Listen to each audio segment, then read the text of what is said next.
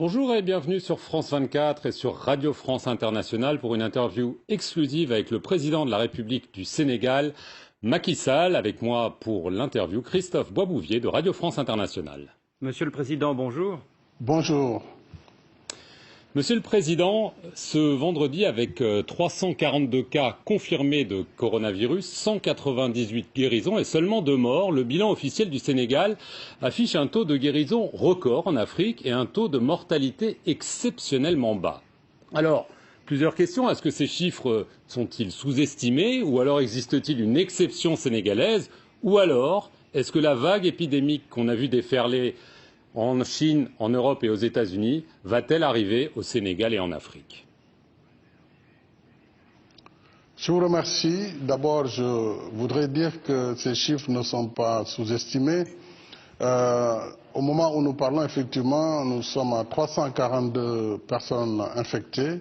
Et au moment même où je vous parle, on vient d'enregistrer le 3e décès. En fait, donc nous avons comme nombre de décès 3 depuis tout à l'heure. Et bien sûr, plus de 198 qui sont sortis de l'hôpital, donc guéris, avec aujourd'hui 141 précisément, si on enlève les décès de tout à l'heure, qui sont dans les établissements hospitaliers. Oui, c'est un chiffre assez positif si l'on considère le rythme de propagation de la maladie et surtout le taux de décès dans la plupart des pays. Je pense que cela est dû au fait qu'il y a une combinaison de facteurs. C'est d'abord la prise en charge précoce dans le milieu hospitalier, puisque nous avons un dispositif d'alerte et de coordination et d'identification des contacts et des malades. Et immédiatement, tous les contacts sont en confinement total dans des établissements hôteliers et tous les malades sont absolument tous à l'hôpital et sont traités. Bien entendu, le traitement a certainement un rôle à jouer dans ce taux. Je sais que nos praticiens, nos professionnels de la médecine ont décidé assez rapidement de mettre en place un certain nombre de protocoles qui fait un débat ailleurs, en particulier l'utilisation de l'oxychloroquine qui est combiné à l'azithromycine, je pense, et cela a certainement aussi joué. En plus, nous avons une population relativement jeune, et ça c'est le propre de l'Afrique. Peut-être que aussi la jeunesse de la population, la précocité des mesures d'endiguement, ainsi que la prise en charge précoce dans les établissements hospitaliers, peut-être tout cela combiné peut expliquer en fait ces résultats. Alors, Monsieur le Président, vous parlez de la chloroquine. C'est en effet un médicament qui fait polémique, notamment en Europe et aux États-Unis. Elle est prônée par un chercheur français qui est né à Dakar et que tous les Sénégalais connaissent bien. C'est le professeur Didier Raoult. Certains l'accusent de manquer de rigueur scientifique, mais vous, dans les hôpitaux sénégalais, je crois que dès qu'un patient est testé positif, vous le mettez tout de suite sous chloroquine, sauf contre-indication? Oui, d'abord, il faut dire que l'utilisation de la chloroquine se fait en milieu médical. Il ne s'agit pas d'automédication. Et les professionnels ont décidé donc d'appliquer cette molécule dès de l'apparition des premiers symptômes, avant bien sûr qu'on soit dans des cas critiques. Pour le moment, on a eu très peu de cas critiques. Et aujourd'hui, on parle d'urgence sanitaire mondiale. Il y a la pandémie qui fait des ravages. Je pense que pour les professionnels qui ont des malades entre les mains et qui doivent les soigner, alors que la chloroquine a fait des résultats importants, je pense que le débat peut certainement se poursuivre. Mais le plus important, c'est de guérir les malades. Et si l'on considère les bienfaits, en tout cas de cette molécule par rapport au risque, en tout cas en Afrique, la balance pèserait plutôt du côté des bienfaits. En Afrique, on connaît bien la chloroquine à travers sa version nivaquine que nous avons tous consommée en quantité pendant notre jeunesse dans les écoles. C'était des moyens de prophylaxie contre le paludisme. Oui, on peut toujours parler des effets. Mais pour le moment, en tout cas, nous avons un taux de guérison remarquable. La courbe a dépassé, depuis le 12 juin, le nombre de guéris a dépassé le nombre de malades dans les hôpitaux. Et cette courbe progresse. Et je pense qu'à terme, si nous arrivons à maîtriser l'autre problème majeur que nous avons, la contamination communautaire, qui, elle, ne relie pas le malade à des cas connus, évidemment, c'est ça aujourd'hui le plus grand risque pour nous. Et nous allons prendre de nouvelles mesures pour contenir également cette propagation communautaire de la contamination. Je dois saluer les résultats, le travail du professeur Didier Raoult, et je suis d'autant plus heureux que c'est un natif de Dakar et donc du Sénégal. Et je pense qu'il continue d'ailleurs de travailler avec nos scientifiques, avec nos médecins, à travers ces laboratoires. Et je pense que pendant une crise comme celle-là, on peut voir ce qui peut soigner d'abord les malades, après la polémique pourra se poursuivre. Puisque naturellement, quand on est en urgence, on peut quand même se passer un peu de certains protocoles en période normale. Le résultat, c'est qu'il y a quand même des malades guéris et en plus grand nombre. Et ça, c'est, je crois, ce qui compte le mieux. Monsieur le Président, alors le Sénégal a mis en place un programme de résilience économique et sociale, un coût global de 1000 milliards de francs CFA, environ 2 milliards d'euros. Il y a aussi des mesures sanitaires, des mesures qui affectent la vie des Sénégalais tous les jours. Il y a un couvre-feu de 20 h jusqu'à 6 h du matin, mais il n'y a pas de confinement total pour le moment. Est-ce que vous pensez sérieusement à cette option de confinement total, ou alors est-ce que vous préférez peut-être l'alternative d'un dépistage massif pour éviter que la pandémie ne se répande? Alors, le Sénégal a fait le choix, dès le départ, de prendre des mesures graduelles et de suivre l'évolution de la maladie et d'adapter ses ripostes et ses réponses aux résultats obtenus. Ce qui fait que la première mesure a été la fermeture des établissements, alors que nous étions à moins de 20 cas, la fermeture des aéroports, des frontières terrestres, aériennes et maritimes, ce qui fait qu'aujourd'hui nous n'avons plus aucun cas importé. Ensuite, nous sommes passés à l'état d'urgence et au couvre-feu de 18 h à 6 h du matin. Certainement, avec les nouveaux cas communautaires, nous allons réajuster les horaires du couvre-feu, peut-être remonter un peu plus, démarrer dès 18 h et finir un peu plus tard, peut-être vers 7 h du matin. Ensuite, la communication au niveau des communautés est très très importante. Alors, si tout cela ne suffit pas, en fonction de l'évolution, nous n'exclurons pas d'aller vers des mesures plus fortes. Mais en attendant, j'avais souhaité d'abord confiner totalement tous les contacts et que tous les malades également sont confinés dès lors qu'ils sont en milieu hospitalier, plutôt que de confiner toute la population. Mais si demain on devrait y arriver, on le ferait. Mais tout dépendra de l'évolution de la maladie. Mais considérant ce qui est en cours, je pense que nous pourrons y arriver sans le confinement total. Monsieur le Président, vous menez une campagne très importante pour l'allègement, voire l'annulation de la dette africaine. C'était ce mercredi, le G20 a décidé d'un moratoire sur une partie importante des quelques 44 milliards de dollars que l'Afrique aurait dû rembourser cette année. Alors concrètement, combien ce moratoire va-t-il dégager immédiatement dans le budget sénégalais pour lutter contre le coronavirus? Et plus largement, à quoi bon ce moratoire si ces paiements sont juste reportés à l'année prochaine? Est-ce que ce n'est pas reculer pour mieux sauter? D'abord, je dois me réjouir de cet effort que je dirais de préliminaire, un effort préliminaire du G20, puisque depuis le 25 mars, j'ai lancé un appel personnellement depuis Dakar pour une annulation de la dette publique et pour un rééchelonnement de la dette privée de l'Afrique.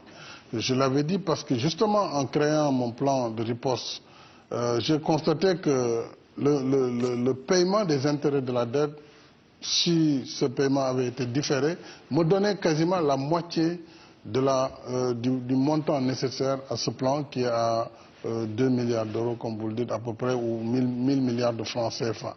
Rien que le paiement des intérêts et donc de la dette sur l'année représentait pour le Sénégal à peu près 500 à 580 milliards de francs CFA, c'est un peu moins donc d'1 milliard de dollars.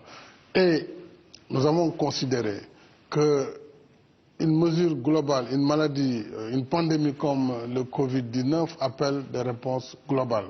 Nous sommes dans un monde où la solidarité doit jouer. L'Afrique a besoin de cette solidarité en ces moments. Je pense que ceux qui ont déjà réagi positivement, comme le président Macron, je le félicite au passage, mais aussi comme sa sainteté, le pape François, nous avons été réconfortés par ces propositions, mais même les institutions multilatérales, comme le Fonds monétaire et la Banque mondiale, cette fois-ci, ils ont été à la pointe du combat. Et le rééchelonnement, c'est une chose, oui, on s'en réjouit, mais il faut aller au-delà. Il faut être courageux, et j'appelle mes collègues chefs d'État du G20 à aller vers de véritables réformes, parce que je suis convaincu qu'après le Covid, il faudra un nouvel ordre mondial. Un nouvel ordre qui devra renforcer la résilience de tous les pays et de tous les États. Parce que si demain, cette maladie reste quelque part dans un village quelconque du Sénégal ou d'ailleurs, c'est toute la communauté mondiale qui est menacée. Donc, la résilience de notre système de santé mérite déjà, cette première opération va permettre de faire face à la lutte. Mais Monsieur le Président, il y a la résilience économique, il y a les conséquences dramatiques du Covid sur l'emploi, et c'est cela qui doit amener tout le monde à agir dans ce sens. Alors, vous demandez des décisions supplémentaires. Est-ce que vous demandez toujours l'annulation pure et simple de la dette? On parle de 365 milliards de dollars. Est-ce que c'est réaliste? C'est plus que réaliste. Vous savez, 365 milliards de dollars, c'est certes important, mais qu'est-ce que ça représente par rapport aux milliers de milliards de dollars qui font l'objet de transactions par jour dans le cadre des bourses, dans le cadre de tout ce qui aujourd'hui anime le monde. Je pense que le moment est venu où on doit s'arrêter un peu. Quelle est la finalité de notre monde? Est-ce que nous sommes là pour courir derrière des gains, des super gains astronomiques, ou nous devons être capables, lorsque la maladie frappe, lorsque on a un besoin de solidarité pour l'humanité, quand même 365 milliards, ce n'est pas, à mon sens, quelque chose qui est insurmontable pour des pays donateurs comme ceux du G20. Monsieur le Président, je ne leur demande pas de faire ce qu'ils ne peuvent pas. Ils peuvent, à mon avis, avec des mécanismes appropriés, en concertation avec l'Afrique, travailler sur des modalités qui n'handicaperont pas les pays donateurs ou les pays prêteurs, mais qui permettraient également à l'Afrique de faire face honorablement et dignement et d'être un membre à part entière de la communauté mondiale. C'est ma conviction et je continuerai à réclamer cela. Monsieur le Président, en plus du moratoire, le Sénégal va recevoir de l'aide. Est-ce que vous pouvez garantir qu'il n'y aura aucun détournement? Il y a une polémique, par exemple, aujourd'hui, ce vendredi, sur le transport de l'aide alimentaire pour les plus pauvres. Votre ministre du Développement communautaire, Mansour Faye, qui est aussi votre beau-frère, est soupçonné de favoritisme. Est-ce que cela ne nuit pas à la crédibilité de tout cela? Vous savez, ce qui est regrettable, c'est que lorsque nous attaquons des sujets d'importance, qu'on veuille nous ramener vraiment vers, disons, au ras de pâquerelle. Il est dommage qu'au moment où nous parlons justement de l'annulation de la dette africaine, au moment où nos pays ont fait l'effort de mettre en place des plans de riposte et de manière appropriée, au moment où il le fallait, au moment où nous sommes en train de préserver les emplois face à la crise, et de soutenir les entreprises, qu'on nous ramène vers un débat de transport, de vivres, et puis que vraiment cela puisse être relayé à ce niveau, j'en suis très désolé. Mais vous savez, ce qui nous importe aujourd'hui, c'est que d'abord tous les pays donateurs, tous les partenaires techniques et financiers sont dans nos pays, participent et contrôlent parfaitement l'exécution des budgets nationaux. D'ailleurs, c'est la raison pour laquelle de plus en plus, en tout cas au Sénégal, nous avons des appuis budgétaires qui sont donc des interventions directement sur les budgets, puisque les règles sont connues sur la commande publique, la gestion elle est connue, mais également toutes les mesures de contrôle, que ce soit de la Cour des comptes ou de l'Inspection générale d'État, sont à pied d'œuvre. Maintenant, le débat politicien ou le débat qui veut nous faire perdre du temps, vraiment, je ne peux pas descendre à ce niveau. Mais je peux vous simplement dire que tout sera mis en œuvre, d'autant plus que je viens de créer un comité de pilotage dans lequel j'ai décidé de mettre, peut-être il y aura une personnalité indépendante qui va le diriger, mais aussi le Parlement dans ses différentes composantes, la société civile, l'opposition, tout le monde sera représenté. Donc je pense que tout tout sera en tout cas extrêmement clair et transparent au Sénégal, non seulement dans l'aide qui n'est qu'une portion congrue, c'est juste 69 milliards sur les 1000 milliards, mais sur toute la panoplie, l'appui à la diaspora, l'accompagnement de la résilience économique des entreprises et toutes les mesures qui seront faites dans l'absolue transparence. Monsieur le Président, on a le temps juste pour une dernière petite question. Vous avez fait sortir de prison des prisonniers par crainte du coronavirus. Il y a notamment l'ex-président tchadien Hissène Habré qui est condamné à la réclusion à perpétuité pour crime contre l'humanité. Il a été placé en résidence surveillée pendant 2 mois par crainte qu'il ne contracte le coronavirus. N'est-ce pas un prétexte pour le faire sortir définitivement des prisons sénégalaises ? Mais pourquoi vous voulez que ce soit un prétexte? Le président Habré a été jugé, condamné et il était en prison, il est toujours en prison au moment où nous parlons. C'est seulement le lieu de sa réclusion qui a changé. Il était seul à la prison du Cap Manuel, au sud de Dakar, et l'administration pénitentiaire a souhaité transférer toutes les nouvelles personnes qui seront donc transférées, qui seront mises en mandat de dépôt, qui seront donc envoyées en prison pour ne pas les mélanger avec des prisons déjà pleines. Et c'est pourquoi j'avais pris une mesure de grâce qui a concerné plus de 2036 prisonniers. Donc lui, on l'a transféré à la demande de ses avocats et lui-même, il est quand même d'un âge avancé. On a préféré ne pas prendre le risque aussi de le voir contracter, en tout cas en milieu carcéral à la prison, le coronavirus.